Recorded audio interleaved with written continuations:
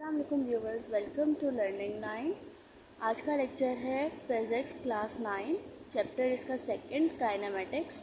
Topic जो हम discuss करेंगे वो है scalar and vector, addition of vector, rest and motion, types of motion, free fall acceleration and numericals. Next video में हम एक्सरसाइज के क्वेश्चंस करेंगे। जो लास्ट वीडियो में हमने क्विज़ किए थे वो था कि अगर बॉडी की वेलोसिटी वो कांस्टेंट है तो क्या बॉडी के अंदर एक्सेलरेशन होगी, तो नहीं। अगर बॉडी की वेलोसिटी कांस्टेंट है तो उसके अंदर एक्सेलरेशन नहीं होगी। एक्सेलरेशन सिर्फ उसी वक्त होगी जब उसकी स्पीड अगर कांस्टेंट होगी, ठीक है। और नेक्स्ट था कि अगर किसी इंस्टेंट पे वेलोसिटी किसी बॉडी की ज़ीरो हो तो क्या एक्सेलरेशन भी ज़ीरो हो सकती है, नहीं। अगर किसी इंस्टेंट पे बॉडी की वेलोसिटी ज़ीरो है तो उसकी एक्सेलरेशन ज़रूरी नहीं कि ज़ीरो हो। ये केस है जब हम हाइट पे ऊपर जाते हैं, नीचे से फ्री बॉडी को ऊपर की तरफ थ्रो करते हैं। यहाँ पर उसकी इनिशियल वेलोसिटी बनती है, यहाँ पर फाइनल वेलोसिटी पे यहाँ आकर कुछ पॉइंट के सेकंड्स के लिए जो बॉडी है वो रुकती है, फिर दोबारा अपनी मोशन को स्टार्ट करती है। तो जहाँ पर वो रुक रही है मतलब उसकी वेलोसिटी वहाँ ज़ीरो है, लेकिन उसके ऊपर ग्रेविटेशनल एक्सेलरेशन एक्सर्ट हो रही होती है, तो उस वक्त एक्सेलरेशन उसकी ज़ीरो नहीं होती। अब चलते हैं अपने टॉपिक की तरफ। Scalar and vectors. A scalar is a physical quantity which can be described completely by its magnitude. Scalar वो क्वांटिटीज़ हैं जिनको डिस्क्राइब करने के लिए हमें किसी डायरेक्शन की ज़रूरत नहीं होती, सिर्फ वो अपने मैग्नीट्यूड से ज़ाहिर हो जाती हैं। जैसे 5 किलोग्राम ऑफ शुगर का 5 किलोग्राम शुगर जो है मतलब वेट जो है वो स्केलर क्वांटिटी है। नेक्स्ट है वेक्टर। अब vector is a physical quantity which needs magnitude as well as direction to describe it completely. मतलब कि हम कोई भी फिजिकल क्वांटिटी जिसको दरकार हो मैग्नीट्यूड और साथ ही साथ डायरेक्शन, उसको डिस्क्राइब करने के लिए वो कहलाएगी वेक्टर क्वांटिटी। जैसे the velocity of a car moving at 90 kilometre per hour towards north. अब कार किस तरफ मूव करी है, कितनी वेलोसिटी से, तो वेलोसिटी क्या हुई हमारी वेक्टर, क्योंकि उसको डिस्क्राइब करने के लिए मैग्नीट्यूड और डायरेक्शन दोनों चाहिए।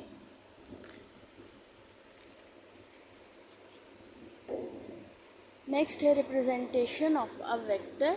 वेक्टर को किस तरह रिप्रेजेंट किया जाता है। In the textbook symbol use for a vector is a bold face letter. वो बोल्ड फेसेस लेटर होंगे। Since we cannot write in bold face script on paper, हम पेपर में नहीं लिख सकते हैं बोल्ड लेटर्स को, so a vector is written as a letter with a small arrow over it। तो हम लिखते वक्त उसको किस तरह डिस्क्राइब करते हैं कि हम वो लेटर लिखते हैं और उसके ऊपर एक एरो लगा देते हैं, ठीक है। जैसे वेलोसिटी, फोर्स, डिस्टेंस, डिस्प्लेसमेंट है ये। The magnitude of a vector is given by italic letter without arrowhead। Magnitude italic letter के ज़रिए दिया होता है without a arrowhead। A vector can be represented graphically by drawing a straight line with an arrowhead at one end। क्या कह रहे हैं, इसको ग्राफिकली भी शो कर सकते हैं हम। स्ट्रेट लाइन ओरिजिन से लगाएंगे किसी एंगल पे और उसके साथ एरोहेड लगा देंगे, वो उसकी रिप्रेजेंटेशन आ जाएगी। The length of the line represent the magnitude. Length उसकी जो लाइन की होगी वो उसके मैग्नीट्यूड को डिस्क्राइब करेगी। Vector quantity according to a suitable scale while the direction of a arrow indicates the direction of the vector. Arrow की direction describe करेगी कि हमारा जो वेक्टर है, जो हमारी क्वांटिटी है, वो किस तरफ मूव कर रही है। To represent the direction two mutually perpendicular lines are required. We can draw one line to represent east-west direction and the other line to represent north-south direction। अब वो क्या कह रहे हैं, टू म्यूचुअल परपेंडिकुलर लाइंस हमें चाहिए इसके लिए, ताकि हम उसकी डायरेक्शन को प्रॉपरली डिस्क्राइब कर सकें।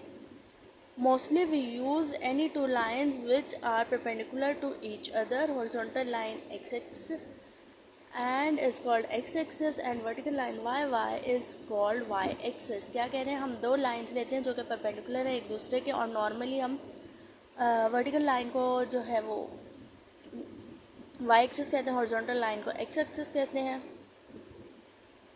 The point where these axes meet is known as origin, और जहाँ ये एक्सेस मूव करते हैं उसको हम ऑरिजिन कहते हैं, denoted by capital O. These axes are called reference axes. इन एक्सेस को हम क्या कहते हैं? Reference axes. ये यहाँ इसकी डेफिनेशन आ रही है। The point where X axes and y-axis meet is known as origin, usually denoted by O. These axes are also known as reference axes. The vector is drawn, origin की definition है, और ये है these axes are also called reference axes. कौन से axes हैं ये? X axis और Y axis. A vector is drawn starting from the origin of a reference axis toward the given direction.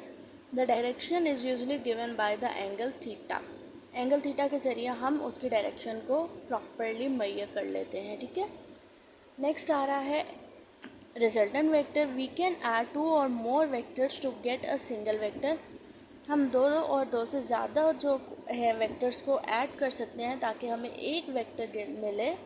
This is called as resultant vector. इसको हम resultant vector कहते हैं। It has a same effect as a combined effect of all the vectors. इसका same effect होता है जितना तमाम vectors मिलकर किसी भी बॉडी पे अप्लाई कर रहे हैं। We have to determine both magnitude and direction of the resultant vector. हमें क्या करना है? रिजल्टेंट वेक्टर के लिए दोनों चीज़ों को डिटरमाइन करना पड़ता है, मैग्नीट्यूड भी और डायरेक्शन भी। Therefore it is quite different from a scalar addition.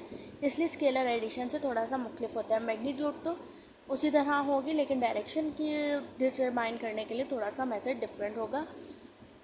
One method of addition of a vector is graphical method. उनमें से एक मेथड हमारे पास ग्राफिकल मेथड भी है। Addition of a vector by graphical method. Let us add two vectors v1 and v2 having magnitude 300 and 400 Newton acting at an angle of 30 and 60 with x-axis. By scaling a suitable scale हम कहते हैं 100 Newton equal है 1 centimetre के। We can draw a vector as shown in figure. तो हम क्या करते हैं? पहले 300 सेंटीमीटर की एक लाइन लगाएंगे, फिर 400 सेंटीमीटर की एक लाइन लगाएंगे। 300 सेंटीमीटर के साथ एंगल 30 का बन रहा था, उसको बनाया, और 400 न्यूटन के साथ एंगल जो है वो हमारा 60 बन रहा था अलॉन्ग एक्स एक्सिस, हमने वो बना दिया। To add this vectors we apply head to tail rule. हम हेड टू टेल रूल क्या करेंगे? क्या मतलब? एक के हेड के साथ दूसरे की उसको मिलाएंगे। To add a number of vector redot their representative lines such that the head of one line coincides with the tail of the other. एक का हेड दूसरे की टेल से अटैच करेगा।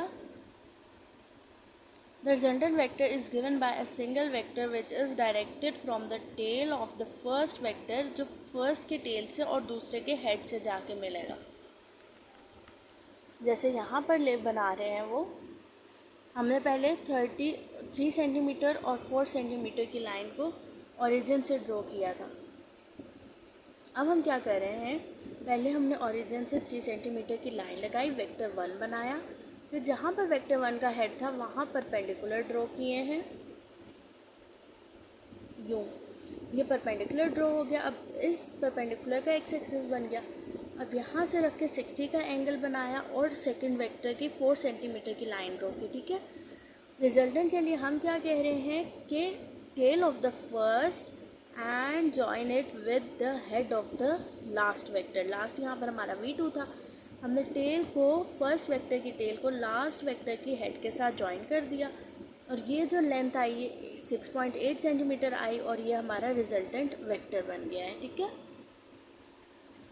नेक्स्ट है हमारे पास rest and motion. If a body does not change its position with respect to its surrounding it is said to be at rest. अगर कोई बॉडी अपनी पोजीशन चेंज नहीं कर रही है तो हम उसको कहेंगे कि ये रेस्ट पर है। If a body continuously change its position with respect to surrounding, surrounding के साथ वो अपनी पोजीशन को चेंज करता जा रहा है तो it is said to be in motion. जैसे यहाँ पर स्टैंडिंग बाइक है और यहाँ पर मूविंग बाइक है, तो ये मोशन में है, ये रेस्ट पर है। टाइप्स ऑफ मोशन हमारे पास जो हैं वो types of motion, 3 types of motions आती हैं। Translatory motion, rotatory motion, vibratory motion. Translatory motion क्या है? If the motion of a body is such that every particle of the body move uniformly in a same direction, एक किसी same direction में body का तमाम particles move करते हैं तो उसको हम कहते हैं translatory motion. For example the motion of a car, train और a car is a translatory motion. क्यों? क्योंकि ट्रेन भी एक ही डायरेक्शन में मूव कर रही है और उसके तमाम बोगीज, उसके तमाम पार्टिकल्स एक ही डायरेक्शन में मूव कर रहे हैं। कार जहाँ उसका एक टायर मूव कर रहा है वहीं उसके सारे टायर्स मूव करेंगे, सेम डायरेक्शन में तमाम पार्टिकल्स मूव करेंगे। ट्रांसलेटरी मोशन के आगे से 3 टाइप्स हैं। सबसे पहली है linear motion. Linear motion, if a body moves along a straight line, एक स्ट्रेट लाइन में बॉडी मूव करती है तो उसको हम लीनियर मोशन कहते हैं। अ फ्रीली फॉलिंग बॉडी, अगर हम ऊपर से हाइट से बॉडी को नीचे गिरा रहे हैं तो वो सीधा एक स्ट्रेट लाइन में गिरती है, वो एक एग्जांपल है लीनियर मोशन की। Random motion, if a body move along N irregular path, irregular path में अगर बॉडी मूव करती है तो उसको रैंडम मोशन कहते हैं, जैसे बीस, इनकी मोशन रैंडम है। Circular motion, the motion of a body along a circle is called circular motion. If a ball tied at one end of a steering is whirled, it moves along a circle. जब हम ball को धागे से बांध कर उसको गोल गोल घुमाए तो वो सर्कल की मोशन बनाएगा। Rotatory motion, if each point of a body move around a fix point, एक फिक्स पॉइंट के अराउंड मूव करते हैं, the motion of the body is called rotatory motion. For example the motion of an electric fan, the drum of the washing machine dryer is rotatory motion. क्या कह रहे हैं? एक ही point के गिर्द मूव करता जा रहा है बॉडी हमारी, तो वो क्या कहेगी? Rotatory motion. Vibratory motion, when a body repeats its to and fro motion, to and fro motion को जब बॉडी जो है अपनी फिक्स पोजीशन पे रिपीट करती है उसको हम वाइब्रेटरी मोशन कहते हैं, जैसे ये स्विंग है, जैसे पेंडुलम है। नेक्स्ट है हमारे पास टॉपिक आता है हमारा फ्री फॉल एक्सेलरेशन का। When a body is falling freely under the action of gravity of the earth, जब बॉडी हाइट से एक्शन ऑफ ग्रेविटी के अर्थ की एक्शन ऑफ ग्रेविटी में नीचे की तरफ आ रही है, the acceleration acting on it is gravitational acceleration. जो एक्सेलरेशन उस बॉडी पे एक्ट करेगी उसको हम ग्रेविटेशनल एक्सेलरेशन कहेंगे, जो कि इक्वल होगी ग्रेविटी के। इसको डिनोट करेंगे हम स्मॉल जी के। The direction of gravitational acceleration is always downward, direction इसकी हमेशा डाउनवर्ड होगी। इट्स वैल्यू इज़, ग्रेविटी की वैल्यू 9.8 मीटर पर सेकेंड स्क्वायर, बट हम अपनी कन्वीनियंस के लिए हमेशा इसको यूज़ करेंगे एज 10 मीटर पर सेकेंड स्क्वायर।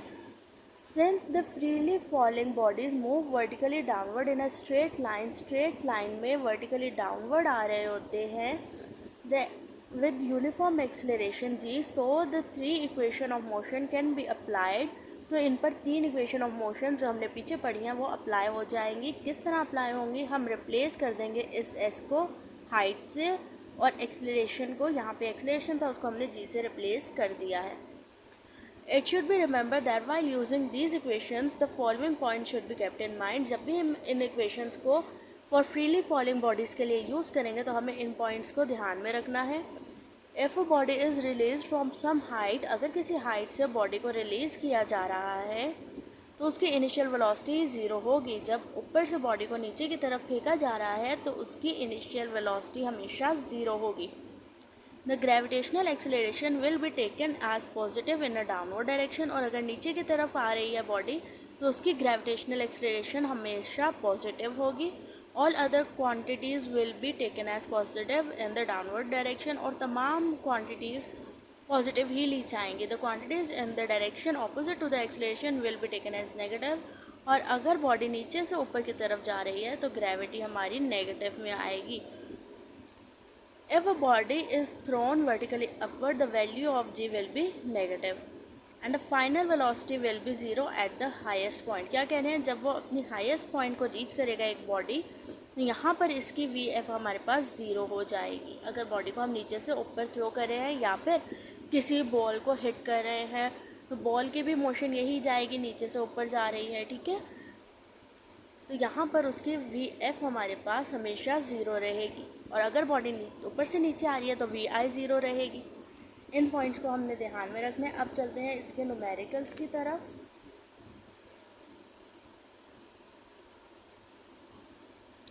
इसके 3 न्यूमेरिकल्स थे जो हमारे रह गए थे, जो हाइट से रिलेटेड थे, जो फ्रीली फॉलिंग बॉडी से रिलेटेड थे। 2.7 है, a stone is drop from height से ड्रॉप हो रहा है, यानी उसकी वी आई जो है वो 0 है। हाइट उसकी है 45 metres. How long it take, how long मतलब टाइम कितना ले रहा है, वो ये हमने बताना है। To reach the ground, ground में आने तक के लिए what will be it velocity just before hitting the ground, यानी उसकी वी एफ क्या होगी, हमने ये भी निकालना है। हमारे पास गिवन डेटा है, वी आई 0 है, हाइट हमारे पास 45 मीटर है, टाइम हमने निकालना और वी एफ निकालना है। और ग्रेविटी हमारे पास 10 मीटर पर सेकेंड स्क्वायर है। फॉर टाइम हम फॉर्मूला यूज़ कर रहे हैं h is equal to we I T plus 1/2 G T square. H है 45, वी आई 0, टी प्लस 1/2, ग्रेविटी का 10 और टी का square as it is 45 equal to ये 0 हो गया, 2 1 ज़ा 2, 2 5 ज़ा 10, 5 टी का स्क्वायर, 5 1 ज़ा 5, 5 9 ज़ा 45, t square is equal to 9 और टाइम हो गया, जब हमने स्क्वायर को ख़त्म किया तो 9 हो गया 3 सेकेंड्स। फाइनल वेलोसिटी के लिए हम देख रहे हैं v F is equal to we I plus G T. V F है हमने फाइंड करनी है, वी आई हमारे पास 0 है, ग्रेविटी हमारे पास 10 है और टाइम हमारे पास यहाँ से निकला 3 सेकेंड्स का, वो लिख दिया। 10 इंटू 3 30 मीटर पर सेकेंड फाइनल वेलोसिटी आ गई। नेक्स्ट हमारे पास है 2.9, a ball is drop from the top of the tower. Again top of the tower से ड्रॉप हो रही है, वी आई हमारे पास 0 है। The ball reaches the ground in 5 seconds, time हमारे पास गिवन है। फाइंड द हाइट, हाइट हमने निकालनी है, and the velocity of the ball with which it strike the ground और वी एफ हमने निकालना है। हमारे पास गिवन डेटा आएगा v i is equal to 0, gravity हमारे पास 10, टाइम हमारे पास 5 है, हाइट निकालनी है और फाइनल वेलोसिटी फॉर हाइट के लिए हम फॉर्मूला यूज़ करें H is equal to we I T plus 1/2 G T square. H equal to we आई 0 है, टाइम 5 है, प्लस 1/2, जी है हमारे पास 10 और टाइम 5 का स्क्वायर, 2 1 ज़ा 2, 2 5 ज़ा 10, ये 0 हो गया, 1/2 ये कैंसिल है, यहाँ नहीं लिखा हुआ, 5 और 5 का स्क्वायर हो गया 25, 5 इंटू 25, हाइट हमारे पास आ गई 125 मीटर्स। फाइनल वेलोसिटी के लिए हम फॉर्मूला यूज़ करें V F is equal to we I plus G T. V F है हमारा, V F is equal to we आई 0 था ये इक्वेशन, प्लस जी है हमारे पास 10 और टाइम 5, 10 इंटू 5 फाइनल वेलोसिटी आ गई हमारे पास 50 मीटर पर second. Next and last numerical है, a cricket ball is hit so it travel straight up in the air. Cricket ball को हिट किया गया है ताकि वो straight up in the air move कर रही है।